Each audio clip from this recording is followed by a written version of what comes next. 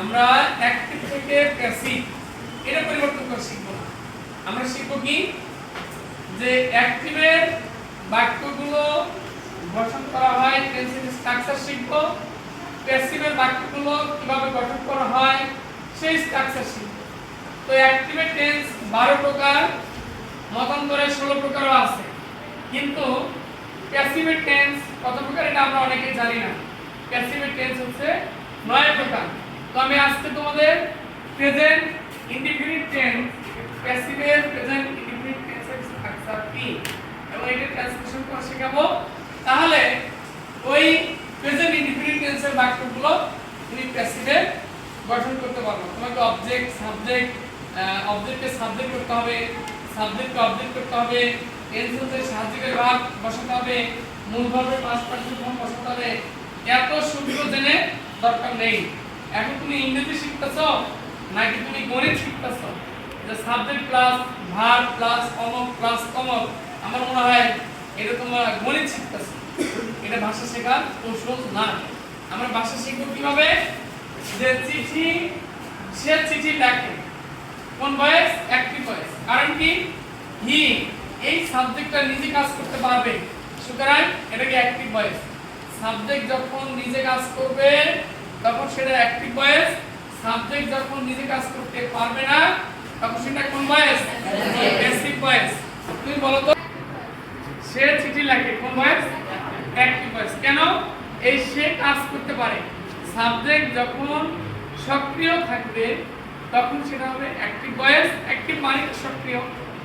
আর subject যখন নিষ্ক্রিয় থাকবে, যে তার দ্বারা কাজ চিঠি লেখা হয়, তখন সেটা প্যাসিভ হবে। আচ্ছা, কার দ্বারা লেখা হয় এটা পরে, কার দ্বারা লেখা হয় এটা পরে। দেখো, এ লেটার ইজ রিটেন, বাক্যের অর্থ কি? চিঠি লেখা হয়।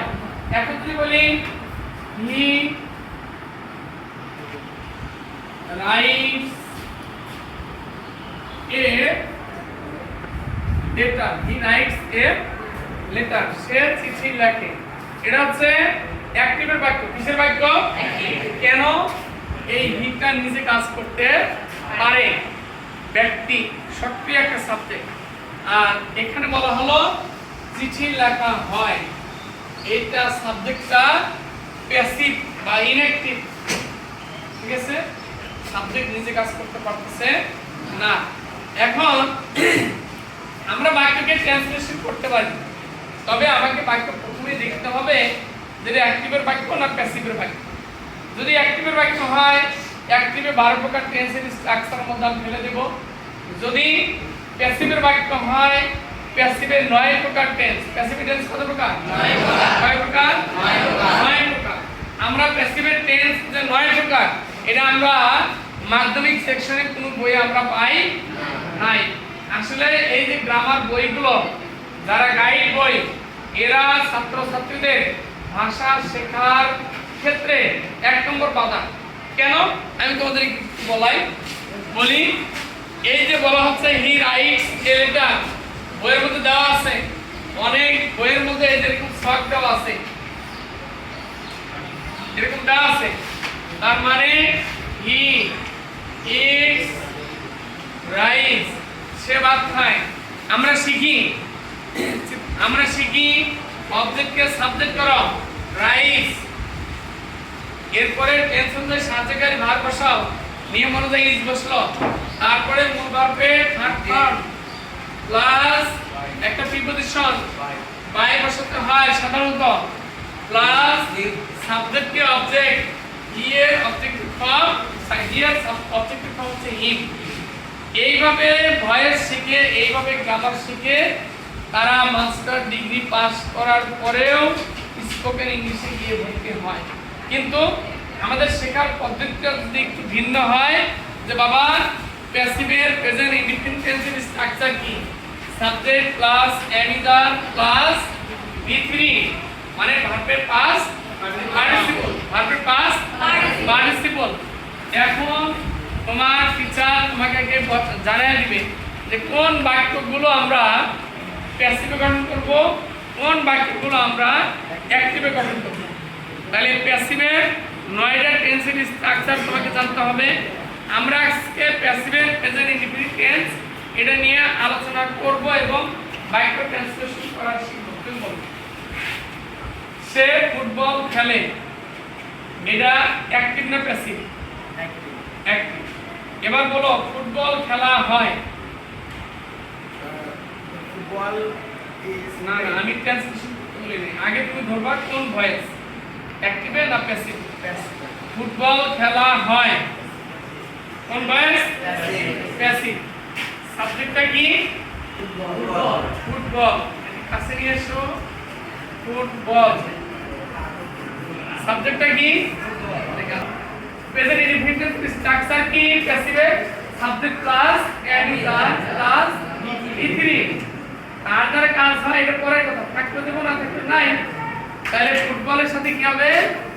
ইজ। কেন? Football singular. এরপরে খেলার ইংরেজি কি? প্লে। এখানে কি প্লে হবে না প্লেইড হবে? কেন? প্যাসিভে প্রেজেন্ট ইনডিফিনিট স্ট্রাকচার আছে সাবজেক্ট প্লাস অ্যাডিশন পারসন অনুযায়ী বসবে প্লাস V3। ঠিক আছে?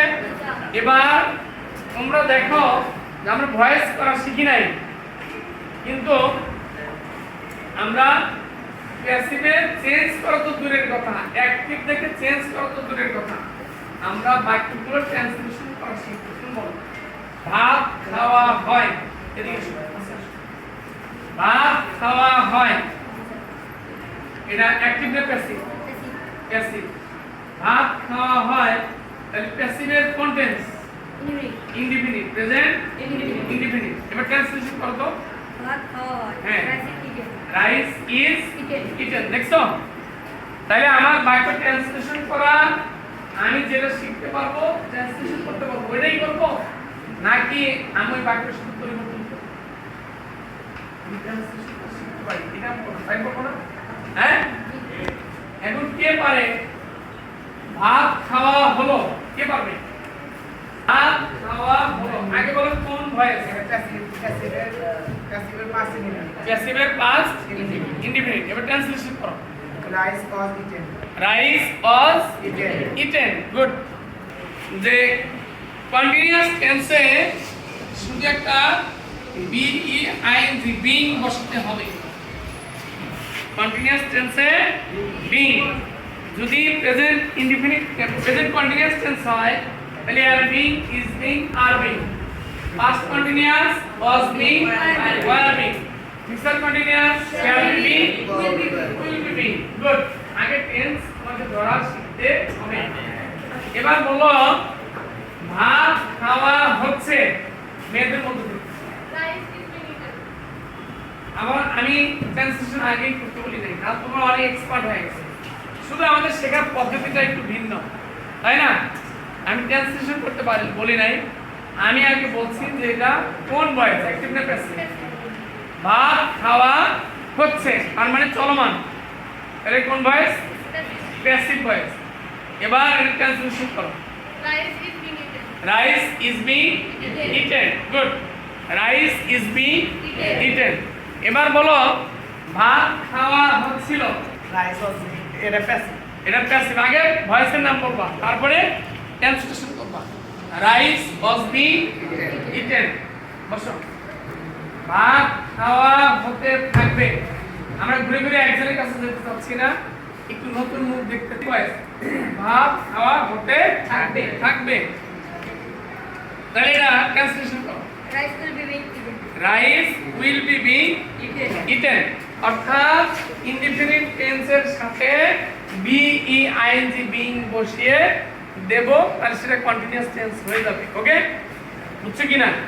এবার তোমরা বলো, চিঠি লেখা হয়েছে। চিঠি লেখা হয়েছে, হয়েছে মানে কাজটা শেষ হয়েছে কিছুক্ষণ আগে।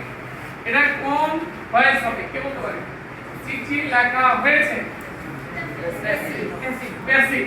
চিঠি লেখা হয়েছে কোন ভয়েস? প্যাসিভ। এখন ট্রান্সলেশন করতে পারবা? হ্যাঁ। এটা প্যাসিভের কোন টেন্স? প্যাসিভের পাস্ট। Present perfect. চিঠি লেখা হয়েছে, আচ্ছা শেষ হয়েছে, ফলটা বের হয় না, তাহলে কি প্রেজেন্ট পাবে। তাহলে আমরা এইভাবে যদি আমরা শিখি কি যে অ্যাক্টিভেট টেন্স 12 প্রকার, প্যাসিভ টেন্স 9 প্রকার, এই ট্রান্সলেশন গুলো যদি আমরা লিখি তাহলে আমরা অনুবাদ করতে পারতেছি। তাহলে বাক্য দেখে আমরা কেন বলতে পারবো না, আমরা পরিবর্তন করতে পারবো না? আমাদের শেখার পদ্ধতিটা একটু ভিন্ন, কিন্তু আমরা এখানে টিচারকে অধ্যয়ন করতে হবে। টিচারকে তোমরা কি বাজারে যেই বইগুলো গাইড সহায়ক বইগুলো পাও সেই বইয়ের মধ্যে কি দেওয়া আছে যে অ্যাক্টিভ টেন্স 12 প্রকার, প্যাসিভ টেন্স 9 প্রকার দেওয়া আছে? না, এটা টিচারকে গবেষণা করে বের করতে হবে। তোমরা comprehensive English language grammar, Raymond মার্ফির ইংলিশ গ্রামার, তারপরে হাই স্কুল ইংলিশ গ্রামার, এই ইংলিশ ভার্সনের বইগুলো তোমরা একটু বেশি করে